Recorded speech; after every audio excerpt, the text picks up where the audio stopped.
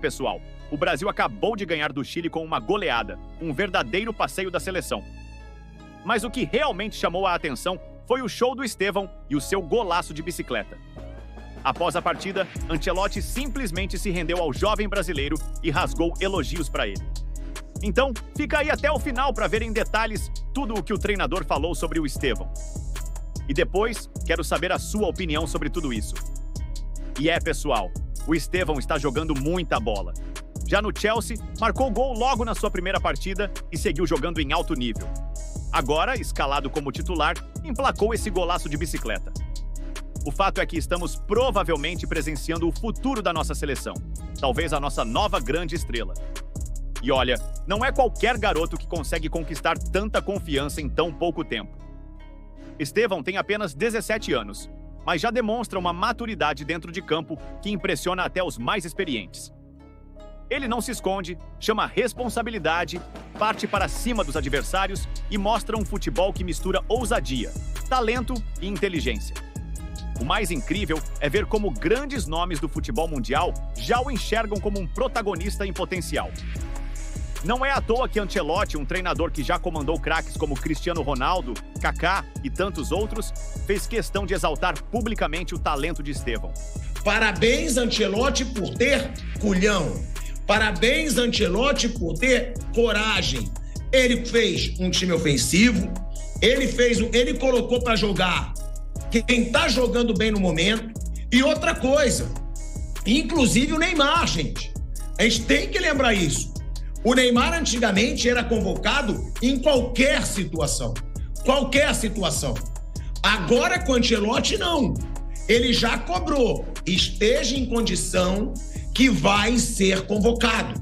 Ou seja, ele faz a molecada crescer, porque ele dá a chance para essa molecada jogar, para a galera que vem pedindo espaço na seleção brasileira, e ao mesmo tempo ele tenta motivar o grande nome do Brasil a ter o tesão suficiente, a ter a motivação suficiente para voltar para a seleção, para crescer fisicamente, para crescer tecnicamente e voltar para a seleção brasileira.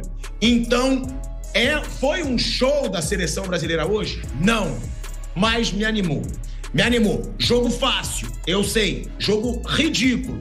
Contra o Lanterna, em casa. Mas o que a gente sempre falava de seleção brasileira? Quando tem jogo em casa, tem que golear contra time fraco. Tem que se impor contra time fraco. E hoje fez isso. Hoje o Brasil o tempo inteiro foi melhor, né? Não fez, nossa, o primeiro tempo maravilhoso. Não, mas foi melhor. E um Brasil que teve personalidade e que não parou de tentar o gol quando construiu a vitória. Ou seja, me dá esperança. Ver Ancelotti, além do empate contra o Equador, fora de casa, agora vencendo desse jeito no Maracanã. Uma boa noite. Se liga nas palavras do Ancelotti sobre o Estevão. Ele é uma jovem estrela, um talento absurdo, com uma habilidade que já não se vê mais no futebol de hoje. É um jogador raro, uma verdadeira joia. Tem muito futuro pela frente. Hoje marcou um belo gol, foi ótimo. O Estevão tem essa versatilidade, é capaz de decidir com uma jogada que um jogador comum não conseguiria. Essa vitória foi importante para nós e ele foi fundamental para isso. É um jogador fantástico. Fizemos um ótimo jogo hoje, gostei de ver o desempenho do time. Apesar de termos ainda pouco tempo juntos, já estamos vendo muita melhora. E nesse grupo, há jogadores que nunca tinham vestido a camisa da seleção. Se o Estevão vai estar na Copa, acho que sim, muito provável. Ele é um jogador único, com uma habilidade especial. Sem dúvidas, não podemos deixá-lo de fora. Realmente, a seleção chilena atual é uma coisa horrorosa, uma coisa assim que não serve para base de coisa nenhuma. Mas ainda é desclassificado. Então o Brasil aproveitou bem, mostrou alguns jogadores, deu oportunidade para outros, saiu o primeiro gol do Estevão, saiu o gol do Paquetá, que dá um desagravo. E o Luiz Henrique entrou realmente jogando muito bem pelo lado do campo. Outro cara que não sente a camisa da seleção, nunca sentiu. Coragem só não, porque coragem é claro que o cara que ganhou tudo que ele ganhou vai ter. Mas é essa bagagem para bancar o que ele quiser na seleção brasileira. Não tem mais alguém que mande na seleção brasileira. Há um dirigente que peça para convocar um determinado jogador. Há jogadores mais jovens, até no caso do Neymar mesmo. Jogador mais jovem, o Neymar é nosso líder. Não! ele botou quem para jogar? Principalmente jogar, titular. Quem tá no melhor momento? Botou a garotada. Estevão jogou. João Pedro jogou. Os caras que estão vivendo um excelente momento. Martinelli, que dá bem no Arsenal há muito tempo, jogou. E outra coisa, mudou. Teve coragem de mudar. Chegou uma hora que estava diminuindo o ritmo, mudou. Colocou Caio Jorge, colocou o Luiz Henrique. E aí, eu entendo que o Mauro diz que o Luiz Henrique pegou a carne assada. Mas ele tem muita personalidade, né, Flávio Prado? É o que eu digo, o Caio Jorge também entrou. E não entrou bem como o Luiz Henrique, mesmo já pegando uma carne assada. Esse moleque, quando ele veste a camisa da seleção, parece que ele tá jogando pelo Botafogo, parece que ele tá jogando pelo Zenit. Você não vê o Luiz Henrique, ele se intimidar. E eu acho isso muito positivo. Porque se você for ver no ataque da seleção brasileira, ele é o que tem menos nome. Menos nome. Ele tá atrás do Rafinha, ele tá atrás do Estevão, ele tá atrás do João Pedro, ele tá atrás do Martinelli. Vai jogar 4.200 metros de altura, então, quer dizer, provavelmente vai perder o jogo, vai perder para altitude. Então, essa perna aqui da eliminatória, ela é complicada de tirar qualquer conclusão. Analisar a gente vai, mas tirar a conclusão contra uma galinha morta igual o Chile, ou na altitude lá de La Paz, de El Alto, eu acho bastante complicado. Mas realmente os jogadores que estiveram hoje lá aproveitaram bem a oportunidade. Foi um jogo divertido, essa é a palavra. Que assim, com o Tite também enfiava goleada nesses times todos. Jogou contra o Chile no Maracanã, na mesma penúltima rodada, enfiou 4-0 em janeiro de em março de 22, né? Já em janeiro foi Equador-Paraguai, depois Chile e Bolívia. Aí ganhou de 4-0 também, era um time muito bem organizado. Que como vai ser esse, né? Acho que na maneira de jogar, de pensar o time, eles são até parecidos, né? O Tite e o Ancelotti, claro que o Ancelotti é um técnico mundial, é um técnico de um outro nível, de um outro patamar, um dos maiores da história do futebol. E a presença dele ali é importante, que a seleção joga muito tranquila, né? Ninguém vai ficar perturbando o treinador, se o Brasil perder terça-feira na Bolívia, que é um resultado normalíssimo, se o Brasil perder lá é normal, em eliminatória, só a Argentina ganhou mais vezes do Brasil do que a Bolívia, né?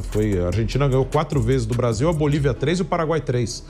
Por causa da altitude, vai ser mais alto ainda. Então, se tá outro técnico e perde lá em El Alto, que é normal perder, seria uma outra reação. Com o Ancelotti não será. Ele vai ter muita tranquilidade para trabalhar. Então, ele vai poder observar, mudar, trocar. Depois vai ter os amistosos na Ásia com a Coreia e com o Japão. E ele ali, eu acho que já vai estar com um grupo um pouco mais próximo do que deve estar na Copa, porque não tem tanto tempo. Ele tem a convocação desses amistosos na Ásia, depois em novembro mais 2 amistosos, em março do ano que vem mais 2 e depois é a Copa do Mundo. Então ele vai ter, contando o jogo da Bolívia, mais 7 jogos até a Copa e mais 3 convocações. Então não tem tanto tempo. O Luiz Henrique, ele entrou bem algumas vezes já na seleção. Com o Dorival, ele fez 6 jogos. Um só de titular e entrou em 5. Fez 2 gols. Sempre entrou bem. Acho que é um cara que vai ter sequência, que vai permanecer no grupo. Com certeza estará nos Jogos na Ásia no mês que vem, lá com a Coreia e com o Japão. Assim, nas laterais, acho que segue bem aberto. Acho que o Douglas Santos foi bem no jogo, nada demais. Só que acho que nas laterais elas serão preenchidas por jogadores que vão cumprir o ok ali. Não vai ter nenhum jogador brilhante por ali. Paquetá entrou bem, eu gosto mais da formação com 3 no meio e 3 na frente. O Paquetá pode ser esse terceiro homem de meio. Então acho que o Brasil fez a parte dele. Pegou o adversário fraco, passou por cima e fez muito bem a parte dele. Em campo, manda ver um jogo. Ver um jogo de futebol, por quê? É necessário ver como as equipes se comportam. Aqui ele está conhecendo o futebol praticado no Brasil, que é importante para ele entender não só jogadores convocados, mas a origem do que ele conhece lá que estão na Europa, ou estão em outras partes do mundo. Na Europa, na Rússia, na Arábia Saudita, seja onde for. Né? Então ele está indo a jogos de futebol para conhecer. Ele precisa saber como joga o Palmeiras, como joga o Ceará, como é que joga o São Paulo, e o Flamengo, e o Internacional. O técnico da seleção não sabe como é que jogam os times do Brasil? Ele tem que conhecer. Então ele está indo a jogo de futebol. Não necessariamente vai convocar alguém. Aí ele vai no jogo do Bahia. Será que ele vai convocar o Everton Ribeiro? Não tem nada a ver. Ele pode até convocar o Everton Ribeiro, mas não significa, está jogando muito bem, né? Que ele vai convocar. Agora, sobre expectativas, eu acho que a expectativa tem que ser montada de um time competitivo. Essa história que vai ser bonito, que vai encantar, isso é conversa fiada. Tem que ser um time competitivo. e que joga um bom futebol. Joga um bom futebol, seja competitivo, acho que ele tem gente para isso e vai tentar montar até lá uma equipe. É possível. A seleção francesa campeã em 18 foi montada pelo Deschamps, o jogo, o modelo foi definido na Copa. Na Copa passada, a Argentina foi um time que se transformava a cada jogo. Chegou a mudar 6 jogadores de um jogo para outro, o técnico Scaloni. Perdeu para a Arábia Saudita na estreia, começou a mudar e deu certo. Na final, o Di Maria joga ou não joga? Jogou do lado contrário que ele joga normalmente, fez gol, jogou pra caramba, foi um dos melhores em campo. Então é isso, a Copa do Mundo é um torneio curto e às vezes as coisas acontecem durante a Copa. O próprio Brasil já teve transformações durante a Copa do Mundo. O Raí era titular na Copa de 94, depois deixou de ser.